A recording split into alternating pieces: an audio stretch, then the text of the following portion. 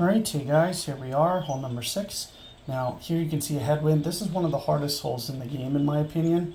So we are going to do something just a little bit more favorable. So I'm thinking something with some nice wind reduction, especially because of the headwind. So +7, you can see I'm using this Lahala GT. It's going to give me some good side spin.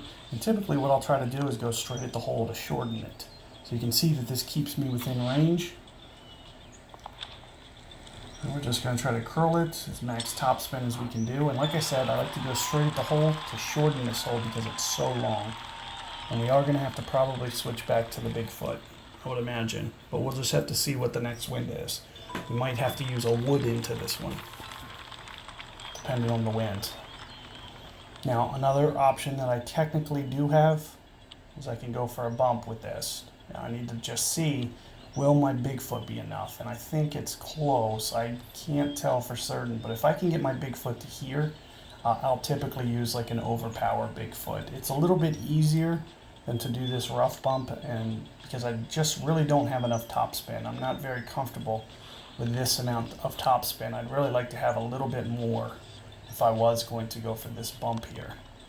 But I do think in theory we probably could hit this shot, and I might come back to this still and just try to dial up that ring adjustment to where we're just kind of maybe side spinning it, bringing it in like this, and just trying to do it like this. So it's something we may do, but in my opinion it's just a little bit more risky until we get that ring adjustment down to where we're certain about how the shot's going to play out.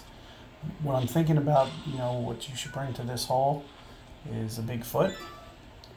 And when you bring a big foot, you can usually crank up the spin, and just hit it on the front of the green.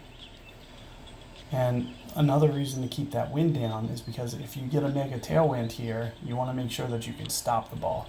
And as you can see, I can get it just to where my safety zone was that I was kind of mentioning. This is exactly, but you can see what, as a result, this is probably going to bring this in a little bit hot unless I land on the green. So I need to make sure that I hit this green here. So that's going to be my next key. So what I usually do is I bring it in a little left. So you're going to see that I underplay my rings kind of intentionally. Play about 2 rings here. And we're just going to curl it back. And the only thing I'm a little unsure of is how much overpower to use. So I'm almost going full here. Maybe just a hint less. You can see I did catch a great ball. And as long as it hits the green, we're good. Looks like it did. Now, if I wouldn't have caught that great ball, we would have been in there a lot tighter. But you can see that's like a very safe way of playing it, and that's why I did it that way. And you can see somebody up there with the Pro D1.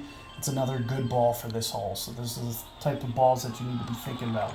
Those are the guys who are going to be able to get it in there close. So you almost want to use the special balls like that. So keep that in mind. Good luck with that one. I'll see you guys on 7 momentarily.